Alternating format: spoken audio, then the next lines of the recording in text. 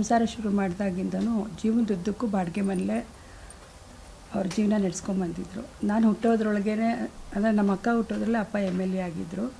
ಆವಾಗಲಿಂದ ಅದಕ್ಕೆ ಮುಂಚೆಯಿಂದನೂ ಅವ್ರು ಬಾಡಿಗೆ ಮನೆಯಲ್ಲೇ ಹೊಳೆನರಸೀಪುರದಲ್ಲಿ ಇದ್ದಿದ್ದು. ನಾವು ಬೆಂಗಳೂರಿಗೆ ಬಂದಾಗ ಕೂಡ ಅಪ್ಪ ಅಪೋಸಿಷನ್ ಪಾರ್ಟಿ ಲೀಡರ್ ಆದಾಗಲೂ ಬಾಡಿಗೆ ಮನೆಯಲ್ಲೇ ಇದ್ವಿ. ಅದಾದ ನಂತರ ಅಪ್ಪ PWD ಮಿನಿಸ್ಟರ್ ಆದಾಗ ಸರ್ಕಾರಿ ಬಂಗ್ಲೆ ಕೊಟ್ಟಿದ್ದು, ಅದರಲ್ಲಿದ್ವಿ. ಆಮೇಲೆ ಅಕ್ಕ ಮನೆ ಕಟ್ಕೊಂಡಿದ್ಲು, ಅದನ್ನು ಕಂಪ್ಲೀಟ್ ಆಗಿರಲಿಲ್ಲ. ಅಪ್ಪಂದು ಅಧಿಕಾರ ಹೋದಾಗ ಆ ಮನೆಗೆ ಎಲ್ಲನೂ ಶಿಫ್ಟ್ ಆದ್ವಿ, ಎಲ್ಲ ನಮ್ಮ ಫುಲ್ ಫ್ಯಾಮಿಲಿನೂ.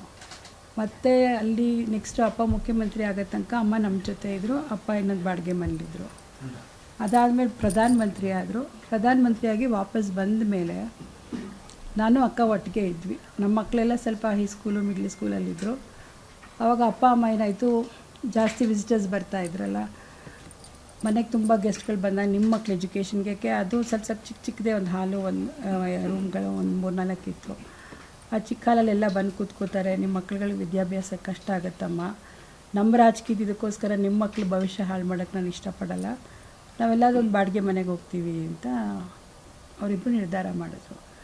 ಅಂದರೆ ನಮ್ಮಮ್ಮ ಒಂದು ಮಾತು ಹೇಳಿದ್ರು, ನನಗಿಲ್ಲೇ ಪದ್ಮನಾಭನಗರ ಏರಿಯಾದಲ್ಲೇ ಬೇಕು, ಏಕೆಂದರೆ ಕಷ್ಟ ಸುಖಕ್ಕೆ ನೀವು ಇರ್ತೀರ, ಏನೇ ಪ್ರಾಬ್ಲಮ್ ಆದರೂ ಅಟ್ಲೀಸ್ಟ್ ನಾವು ಕರೆದ್ರೆ ಬೇಗ ಓಡಿ ಬರ್ಬೋದು ಅಂತ ಅಮ್ಮ ಇಲ್ಲ ಹತ್ತಿರದಲ್ಲೇ ಸುತ್ತಮುತ್ತ ಹುಡುಕೋಕ್ಕೆ ಶುರು ಮಾಡಿದ್ವಿ. ನನಗೆ ಮನೆಗಳು ಬಾಡಿಗೆ ಮನೆ ಹುಡ್ಕೊಂಡು ಹೋದಾಗ ನಮ್ಮಮ್ಮನ ಜೊತೆಗೆ ಅದು ಅಲ್ಲಿದೆ ಇಲ್ಲಿದೆ ಮನೆಗಳು ಬಾಡಿಗೆಗೆ ಅಂತ ಕರ್ಕೊಂಡು ಹೋಗ್ತಾಯಿದ್ವಿ. ಅಮ್ಮನೂ ನೋಡೋರು, ಅವರು ನಮ್ಮಮ್ಮ ನೋಡಿದ ತಕ್ಷಣ ಗೊತ್ತಾಗ್ಬಿಡ್ತಿತ್ತು.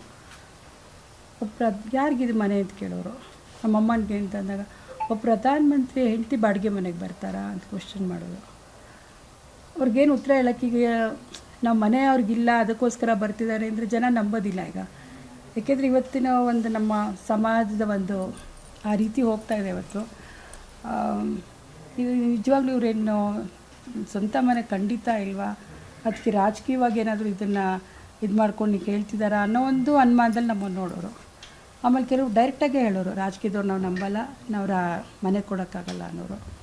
ಇನ್ನು ಕೆಲವರು ಏನಮ್ಮ ನೀನು ಸೈನ್ ಹಾಕ್ತೀಯ ಅಗ್ರಿಮೆಂಟ್ಗೆ, ನೀನು ಎವ್ರಿ ಮಂತ್ ಬಾಡಿಗೆ ಕೊಡ್ತೀಯಾ, ನಿನ್ನ ಹಸ್ಬೆಂಡ್ ಏನು ಮಾಡ್ತಿದ್ದಾರೆ, ಹೀಗೆ ನಾನಾ ಪ್ರಶ್ನೆಗಳು ಕೇಳೋರು. ಸುಮಾರು ಒಂದು 10-15 ಮನೆ ನೋಡಿದ್ವಿ.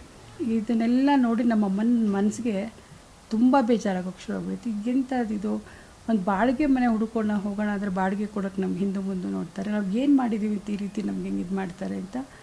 ಮನೆಗೆ ಬಂದಮೇಲೆ ಮಧ್ಯಾಹ್ನದ ಹೊತ್ತು ರಾತ್ರಿ ಹೊತ್ತು ಅಪ್ಪ ಜೊತೆ ಊಟಕ್ಕೆ ಕೂತ್ಕೊಂಡು ಊಟ ಮಾಡ್ತಿದ್ದಾಗ ನನ್ನ ಜೀವನದಲ್ಲಿ ನೋಡಿ ನಿಮ್ಮ ಜೊತೆ ಇಷ್ಟು ವರ್ಷ ಸಂಸಾರ ಮಾಡಿದ್ದೀನಿ, ನೀವು ರಾಜಕೀಯದ ಯಾವುದೇ ಒಂದು ಇದಕ್ಕೂ ನನ್ನ ಮಧ್ಯಕ್ಕೆ ಬಂದಿಲ್ಲ.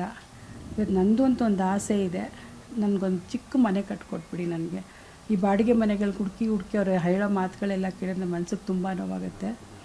ಅದಕ್ಕೆ ನಮ್ಮದು ಅಂತ ಒಂದು ಚಿಕ್ಕ ಮನೆ ಕಟ್ಕೊಳ್ಳೋಣ ಅಂತ ಕೇಳಿದ್ರು. ಅಪ್ಪ ಅವಾಗ ಅದಕ್ಕೆ ಒಂಥರ ಹುಸಿನಾಗೆ ನಕ್ಕೊಂಡು, ಅಯ್ಯೋ ನಂದು ನಿಂದು ಯಾವ ಮನೆ ನೋಡು ಅಲ್ಲಿದೆ ನೋಡು ಒಂದು ಮೇಲೆ ಆಕಾಶಕ್ಕೆ ತೋರಿಸ್ಬಿಡೋರು. ಹಾಡು ಹೇಳೋಕ್ಕೆ ಶುರು ಮಾಡೋದು ಪುರಂದರದಾಸರದು, ಅಲ್ಲಿದೆ ನಮ್ಮ ಮನೆ, ಇಲ್ಲಿ ಬಂದೆ ಸುಮ್ಮನೆ ಅಂದ್ಕೊಂಡು ಹೇಳ್ಕೊಂಡು ನಮ್ಮಮ್ಮನಿಗೆ ಹಾಗೆ ಇದು ಮಾಡಿಕೊಂಡು ಸುಮ್ಮನಾಗ್ಬಿಡೋರು. ಈಗ ದಿನನಿತ್ಯ ನಡೀತಾನೇ ಇತ್ತು. ಸುಮಾರು ಒಂದು 2-3 ವರ್ಷ ಹೀಗೆ ನಡೀತು. ಕೊನೆಗೆ ಒಂದು ಬಾಡಿಗೆ ಮನೆ ಸಿಕ್ತು ನಮಗೆ. ಅಲ್ಲಿಗೆ ಒಂದು ಶಿಫ್ಟ್ ಮಾಡಿದ್ರು ಅಪ್ಪ ಅಮ್ಮ. ಒಂದು 6 ತಿಂಗಳಲ್ಲೇ ಒಂದು ಘಟನೆ ನಡೀತು ನಮ್ಮ ಕುಟುಂಬದಲ್ಲಿ. ಅದು ಅಹಿತಕರವಾದ ಒಂದು ಕಹಿ ಘಟನೆ ನಡೀತು.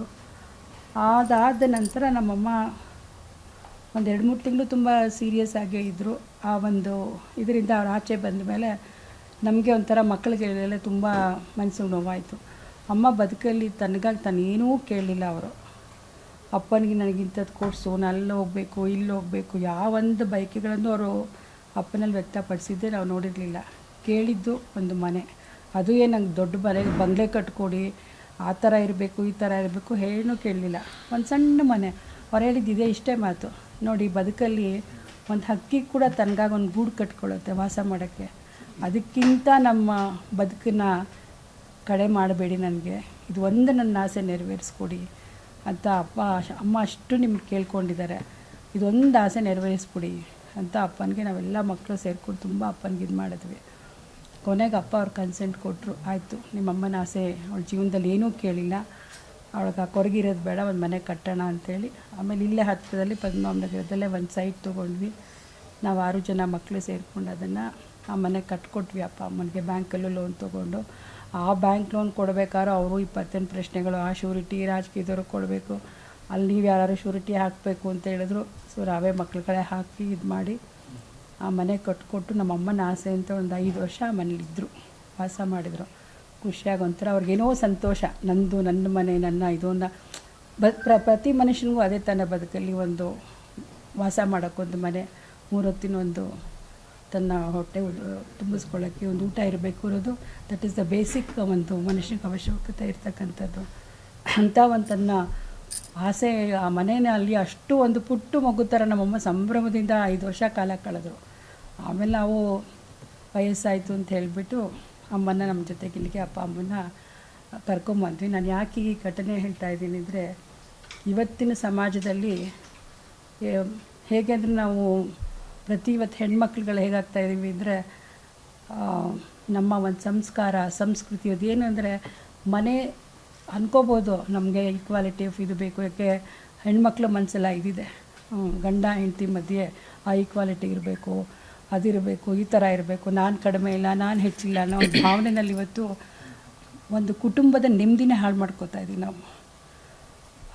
ಇದನ್ನು ನನ್ನಮ್ಮ ತನಗೇನಿಲ್ಲದೆ ಇದ್ದರು ತನಗಿರೋದ್ರಲ್ಲೇ ತನ್ನ ಕುಟುಂಬವನ್ನು ಎಷ್ಟು ಸಂತೋಷವಾಗಿ ಹಿಡಿದಿಟ್ಟಿದ್ರು ಅಂದರೆ, ಅವ್ರಿಗೆ ಒಂದೇ ಇರ್ತೀವಿ ಮನಸ್ಸಲ್ಲಿ. ಅವ್ರಿಗೆ ರಾಜಕೀಯದ ಬಗ್ಗೆ ಅಂತ ಏನು ಆಸಕ್ತಿ ಇರ್ತಿರಲಿಲ್ಲ. ಅಪ್ಪ ಬಂದು ಹೇಳ್ದಾಗ ಕೇಳ್ಕೊಳ್ಳೋರು.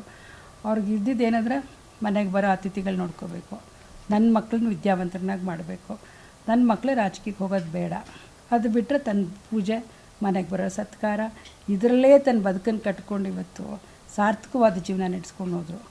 ಆಮೇಲೆ ಎಷ್ಟೇ ಏಳು ಬೀಳುಗಳು ಬಂದರೂ ಕೂಡ ಅವ್ರು ಯಾವತ್ತೂ ಧೈರ್ಯವಾಗಿ ಎದುರಿಸಿದ್ರು.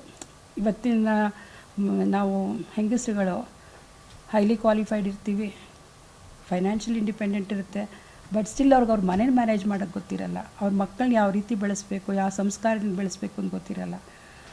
ಏನೋ ಒಂದು ಲಕ್ಸುರಿಗೆ ಮಕ್ಳಿಗೆ ಕೊಟ್ಬಿಟ್ಟು ಅವ್ರಿಗೆ ಬದುಕಿನ ರೀತಿಯೇ ಹೇಳ್ಕೊಡಲ್ಲ. ಆದರೆ ನಮ್ಮಮ್ಮ ತನ್ನಲ್ಲಿ ಇದ್ದಿದ್ದಂಥ ಒಂದು ಇದರಿಂದನೇ ಮಕ್ಕಳಿಗೆ ಯಾವ ರೀತಿ ಒಂದು ಸಂಸ್ಕಾರ ಕಲಿಸ್ಬೇಕು, ಯಾವ್ದು ವಿದ್ಯೆ ಕಲಿಸ್ಬೇಕು, ಮನುಷ್ಯನ ಸಂಬಂಧಗಳನ್ನ ಹೇಗಿರಬೇಕು, ಮನೆಗೆ ಯಾರೇ ಬಂದರೂ ಯಾವ ರೀತಿ ಅವ್ರನ್ನ ಮಾತಾಡಿಸ್ಬೇಕು, ಯಾವ ರೀತಿ ಆಧರಿಸ್ಬೇಕು, ಅವ್ರನ್ನ ನೋಡಿ ನಮಗೆ ಕಲ್ತ್ಕೊಳ್ಳೋಂಗೆ ಒಂದು ಆದರ್ಶವಾಗಿ ಬಾಳನ್ನ ನಡೆಸಿದ್ರು ಅವರು. ಒಂದು ಇದನ್ನು ನಿಜವಾಗ್ಲೂ ನಮಗೆ ಎಷ್ಟೋ ಸತಿ ಅನಿಸೋದು, ನಮ್ಮಮ್ಮ ಇಷ್ಟು ಇವತ್ತು ನಮಗೆ ಅವರ ಒಂದು ಅವರ ಅಂತಿಮ ಯಾತ್ರೆಯಲ್ಲಿ ನಾವು ನಿಜವಾಗ್ಲೂ ಅಂದ್ಕೊಂಡಿರಲಿಲ್ಲ ಅವ್ರು ಗಳಿಸಿದ್ದು. ಬಟ್ ನಮ್ಮ ಊರ ಕಡೆಯವ್ರು ಹೇಳೋರು, ಚೆನ್ನಮ್ಮನವ್ರ ಕೈಯಲ್ಲಿ ಒಂದು ಕಪ್ ಕಾಫಿ ಕುಡಿದರೆ ಪಾಪಿಗಳು ಅನ್ಸುತ್ತೆ ಹಾಸನ ಜಿಲ್ಲೆನಲ್ಲಿನವರು. ಅದನ್ನು ಕಣ್ಣಲ್ಲಿ ನೋಡಿಬಿಟ್ವಿ ನಾವು. ನಮಗೆ ದೇವೇಗೌಡರಿಗಿಂತ ಚೆನ್ನಮ್ಮನವ್ರಿಗೆ ನಾವು ಇದು ಮಾಡ್ತೀವಿ. ಯಾಕೆಂದರೆ ಮನೆಗೆ ದೇವೇಗೌಡರು ಸಿಗದೇ ಇದ್ದರೂ ಹೋದ ತಕ್ಷಣ ಚೆನ್ನಮ್ಮನವರು ಒಂದು ಪ್ರೀತಿಯಿಂದ ಮಾತಾಡಿಸಿ, ಏನಕ್ಕೆ ಬಂದಿದ್ದೀರಾ, ಯಾಕೆ ಬಂದಿದ್ದೀರಾ, ಇಂಥ ಸಮಸ್ಯೆನೇ ಆಯಿತು, ಬಂದಮೇಲೆ ಗೌಡ್ರ ಕಿವಿಗೆ ಹಾಕ್ತೀನಿ, ಒಂದು ಚೀಟಿ ಇಟ್ಬಿಟ್ಟು ಹೋಗಿರಿ ಅಂತ ಕೇಳೋರು. ಊಟ ಮಾಡಿದ್ದೀರಾ, ತಿಂಡಿ ತಿಂದಿದ್ದೀರಾ, ಕೊನೆಗೆ ಊಟ ತಿಂಡಿ ಆಗಿದೆ ಒಂದು ಬಾಳೆಹಣ್ಣಾದರೂ ತೊಗೊಳ್ಳಿ, ಒಂದು ಕಪ್ ಕಾಫಿನಾದರೂ ಕುಡೀರಿ, ಹಾಗೆ ಅಂತೂ ಅವ್ರು ಕಳಿಸ್ದೋರೇ ಇಲ್ಲ ಯಾರನ್ನೂ. ಸೊ ಆ ರೀತಿ ಅವರು ಒಂದು ಯಾವ ರೀತಿಯಲ್ಲಿ ಸಮಾಜದಲ್ಲಿ ಆ ಮನೆಯಲ್ಲೇ 4 ಗೋಡೆ ಮಧ್ಯೆ ಇದ್ಕೊಂಡು ಆ ಜನಗಳನ್ನು ಪ್ರೀತಿ ವಿಶ್ವಾಸ ಗೆದ್ದಿದ್ದು ನಿಜವಾಗ್ಲೂ ಇವತ್ತು ಅದೊಂದು ನಮಗೆ ಅವರ ಗಳಿಸಿದ್ದ ಪ್ರೀತಿ ಇದ್ರ ಬಗ್ಗೆ ಕಣ್ಣಲ್ಲಿ ನಾವು ನೋಡೋವಂಥ ಒಂದು ಇದನ್ನು ನಮಗೆ ಅವಕಾಶ ಆಯಿತು ಅಂತ ಅನಿಸುತ್ತೆ. ಅವರ ಅಂತಿಮ ಒಂದು ಇದರೊಳಗೆ ತೋರಿಸಿದ ಪ್ರೀತಿ ವಿಶ್ವಾಸನ ಜನಗಳಿಟ್ಟಿದ್ದೊಂದು ಇದನ್ನು ನಾವು ಯಾವ ರೀತಿ ಕೃತಜ್ಞತೆ ಹೇಳಬೇಕೋ ಗೊತ್ತಿಲ್ಲ.